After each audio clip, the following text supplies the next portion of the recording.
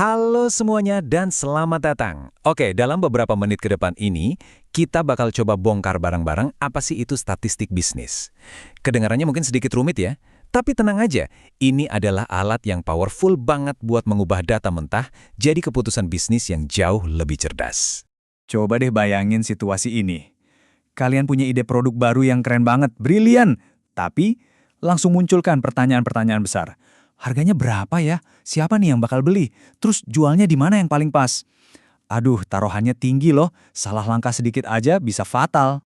Nah, di persimpangan jalan ini, sebetulnya kita cuma punya dua pilihan.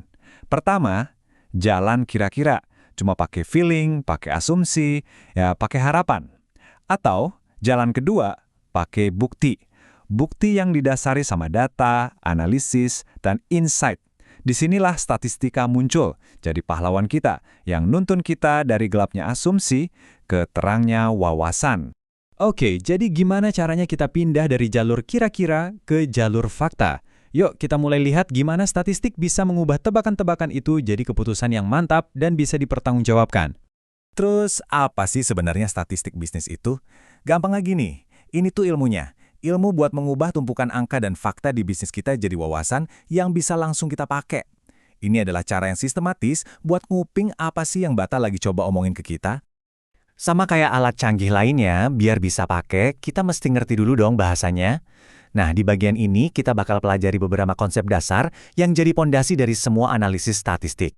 Oke, ini penting banget dan sering banget ketuker. Ada statistik dan ada statistika. Apa bedanya? Gini, statistik itu datanya, kumpulan angkanya. Sedangkan statistika itu ilmunya, prosesnya, metodenya buat bikin data itu ngomong. Jadi kalau diibaratkan masak, statistik itu bahan-bahannya. Statistika itu resep dan cara masaknya. Sekarang kita ngomongin populasi dan sampel. Bayangin deh, populasi itu kayak seluruh album foto pelanggan kalian. Mungkin ada ribuan kan? Nah, nggak praktis kan kalau kita harus teliti satu persatu fotonya?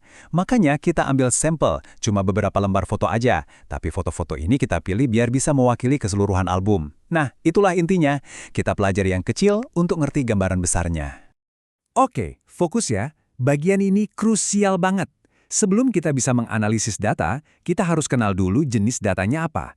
Ada 4 kacamata atau skala pengukuran yang kita pakai buat ngelihat data. Dan tiap kacamata ini ngasih kita detail yang beda-beda. Kita mulai dari yang paling dasar, namanya skala nominal. Anggap aja ini kayak kita lagi ngasih label atau nama ke kotak-kotak. Cuma buat ngebedain aja, nggak ada kotak yang lebih baik atau lebih tinggi dari yang lain, mereka cuma beda kategori. Contohnya gampang banget, jenis kelamin, pekerjaan, atau agama. Kalau kita kasih kode angka, misalnya 1 untuk pria dan 2 untuk wanita, itu cuma kode ya, bukan berarti wanita itu nilainya 2 kali pria. Sama sekali bukan, murni cuma buat ngelompokin. Oke, level up. Sekarang kita masuk ke skala ordinal. Di sini, data kita nggak cuma punya label, tapi juga punya urutan atau peringkat. Kita jadi tahu mana yang lebih tinggi, mana yang lebih rendah. Tapi kita nggak tahu seberapa jauh jarak antar peringkat itu. Contoh paling klasiknya ya, tingkat pendidikan. Kita semua tahu SMA itu lebih tinggi dari SMP, tapi kita nggak bisa bilang jarak antara SMP dan SMA itu sama persis dengan jarak antara SD dan SMP. Sama juga kayak tingkat kepuasan pelanggan. Baik jelas lebih bagus dari cukup, tapi seberapa lebih bagusnya, nah itu tidak terukur. Oke, kita naik level lagi, makin presisi nih. Selamat datang di skala interval. Di sini kita nggak cuma tahu urutannya, tapi kita juga tahu kalau jarak antar nilainya itu sama persis dan bisa diukur. Tapi ada satu keunikannya, angka nolnya itu bukan berarti kosong. Contoh paling gampangnya, itu suhu pakai Celcius. Jarak dari 10 ke 20 derajat itu kan sama persis ya, kayak dari 20 ke 30 derajat, sama-sama 10 derajat. Tapi, kalau suhunya 0 derajat Celcius, apakah itu artinya nggak ada panas sama sekali? Enggak kan? Itu cuma titik beku air. Makanya, kita nggak bisa bilang suhu 20 derajat itu 2 kali lebih panas dari 10 derajat. Dan inilah level tertinggi, paling lengkap, skala rasio. Skala ini punya semuanya. Ada urutannya, ada jarak yang sama, dan yang paling penting, dia punya titik nol yang mutlak. Angka nol di sini benar-benar berarti nggak ada sama sekali, alias kosong. Nah, karena nolnya mutlak, perbandingan jadi sangat masuk akal.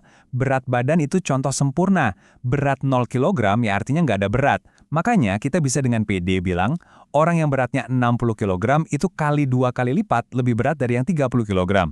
Konsep ini penting banget buat data bisnis kayak tingkat inflasi atau total penjualan. Oke, kita udah tahu nih cara ngasih label dan ngukur data kita dengan benar.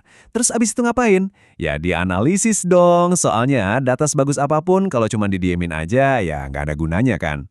Secara umum ada dua jurusan utama dalam statistika. Pertama, statistika deskriptif. Ini tuh kayak kita bikin rangkuman dari data kita. Kita hitung rata-rata, kita bikin grafik, intinya kita ngejelasin ada apa sih di data ini. Nah yang kedua, statistika inferensial. Disinilah keajaibannya. Kita ambil data dari sampel yang kecil, terus kita pakai buat nebak atau bikin kesimpulan cerdas tentang seluruh populasi. Ini kayak jadi peramal masa depan, tapi pakai data. Sip, sekarang yuk kita balik lagi ke masalah kita di awal tadi, ngeluncurin produk baru. Gimana semua konsep yang barusan kita bahas ini bisa ngebantu di dunia nyata? Yang pertama, kita bisa pakai analisis tren.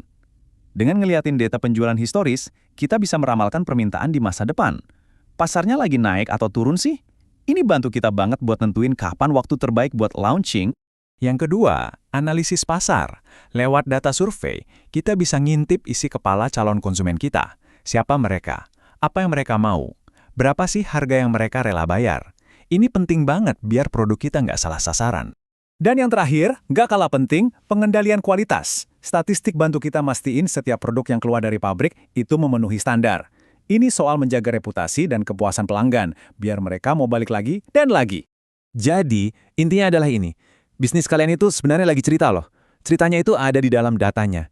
Tiap penjualan, tiap komplain, tiap klik di website, itu semua bagian dari cerita besar. Dan statistik, inilah bahasa yang bisa bikin kita ngerti cerita itu. Biar kita bisa nulis bab-bab selanjutnya dengan lebih cerdas. Pertanyaannya sekarang, kalian udah siap buat dengerin cerita itu? Belum?